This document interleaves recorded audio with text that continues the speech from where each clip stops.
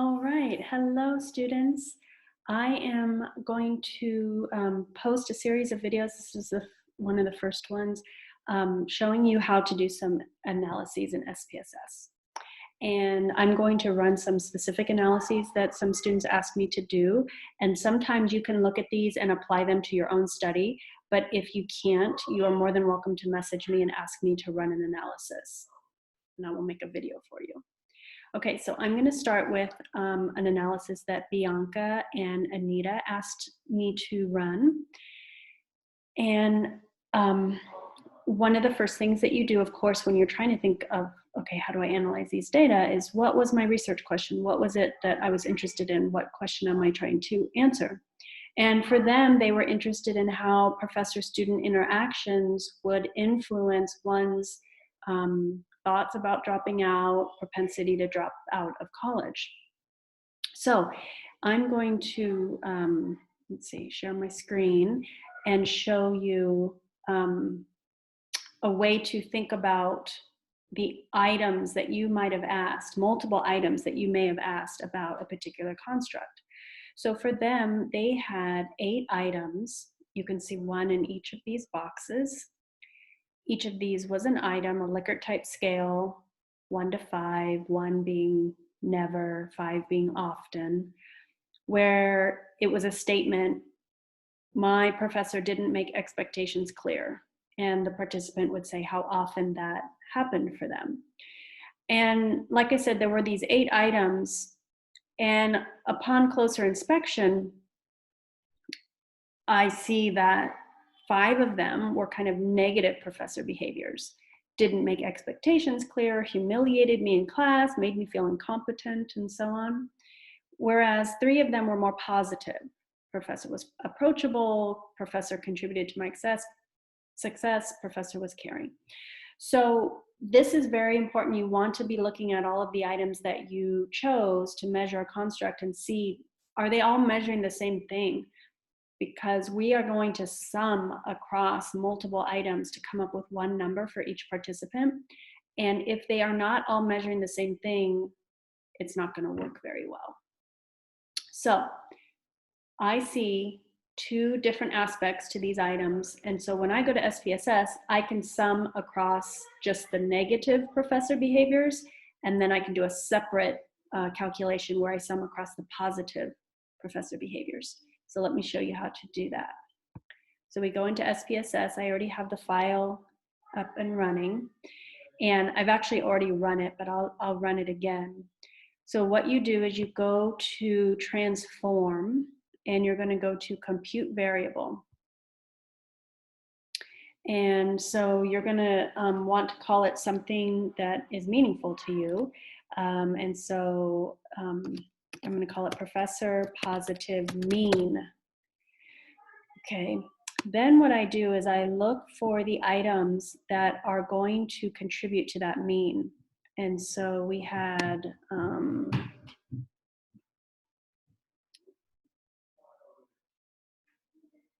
this is a little bit hard because it's showing the label and it is showing the variable name at the end, but not at the beginning. Okay, fine. So it is a little bit challenging to find it, but I do remember these were at the end of the file, towards the end. Here we go. My professor is approachable. My professor humiliated me.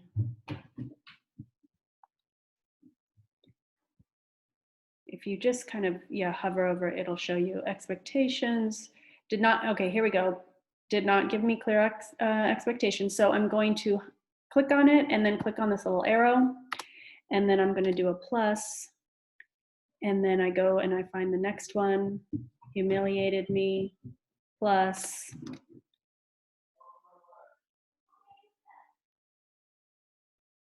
And I'm hovering. No, that was a positive one. Incompetent was a negative one. There were 5. I'm looking for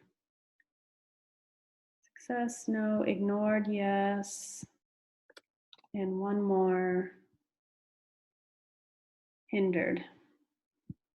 Okay, so this is also a little programming lesson.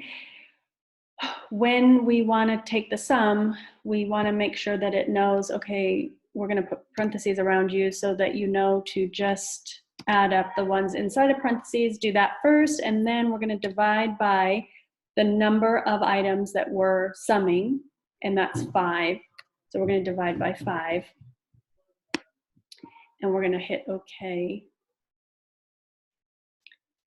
And that's the output. We're going to look at the file.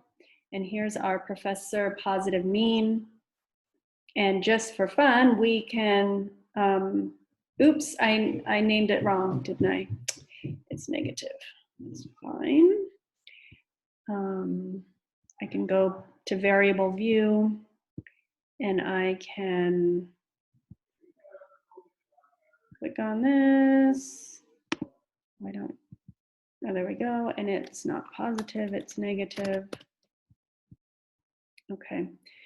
And so because I already ran this just for fun, you can actually compare the two columns, negative professor mean, professor negative mean, and to make sure that I did it correctly, all those numbers should match. So that's now for each row is a participant. We now have one number that represents the negative interactions with professors. And then I already ran the positive interactions with professors. And so these are going to be numbers between 1 and 5, because that was the Likert-type scale. So now we have one number to work with, and we could run a correlation between the dropping out variables and the professor-student interactions. Now I had a little, the other thing that is important to do before you run an analysis is kind of make a prediction of what you think it's going to be. And I did have, it's not there, so I'll just redo it. So when we're doing a correlation, we're going to have our axes, and we can put negative professor student interactions maybe. And then over here is thoughts about dropping out. And my prediction is that students who have had, oh wait, we need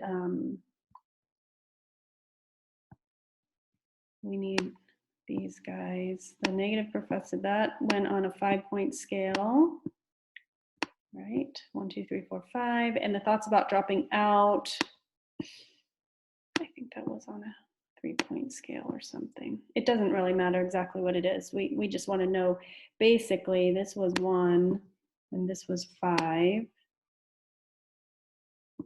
and this was 1, and this was 3.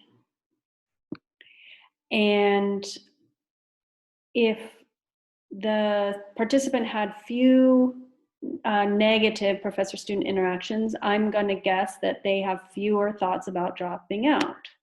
So here's a data point. Here's a data point. I'm just guessing here. And for those students who have had, unfortunately, more of these negative professor-student interactions, maybe they have more thoughts about dropping out. That's a prediction anyway. And then the folks in the middle are going to have medium amount of thoughts about dropping out. And then to do our correlation, we kind of draw the line to represent the data points.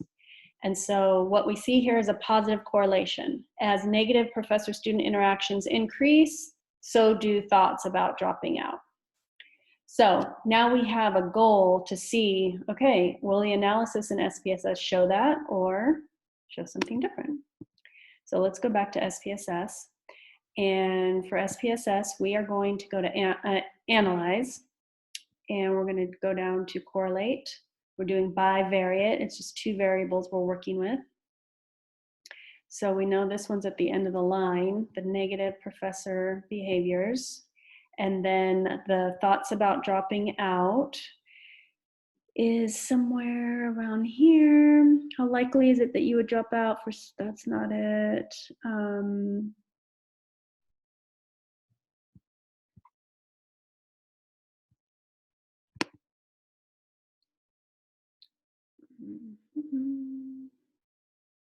I feel that it's up here somewhere.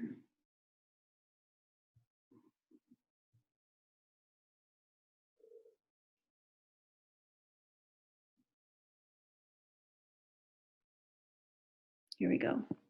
How often do you think about dropping out? Okay, and we're going to run it. And we're going to see. Interesting.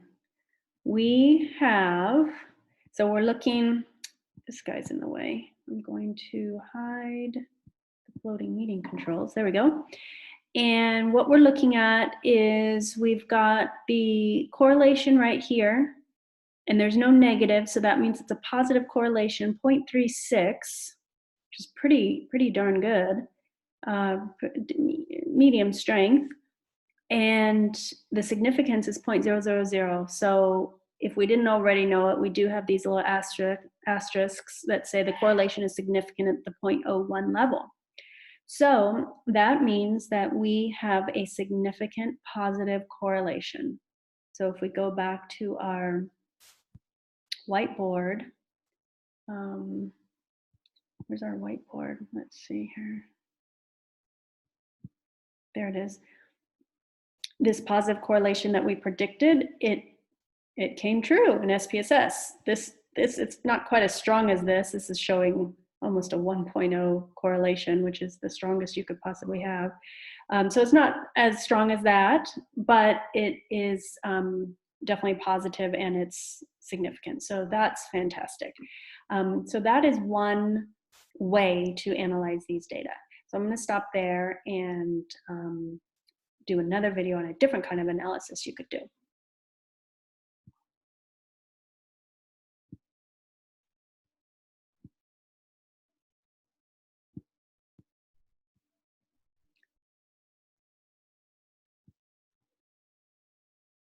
And I don't know how to stop this. Let's see.